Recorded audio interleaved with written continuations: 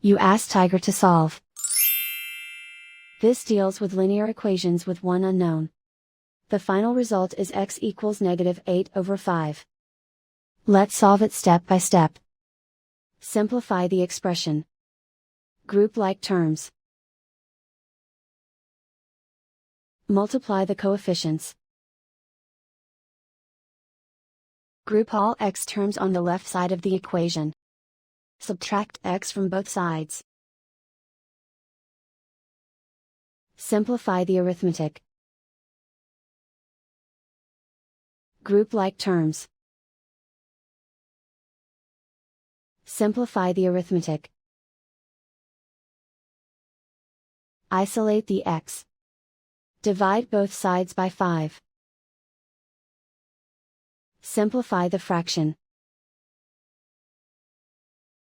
And so the final result is x equals -8/5.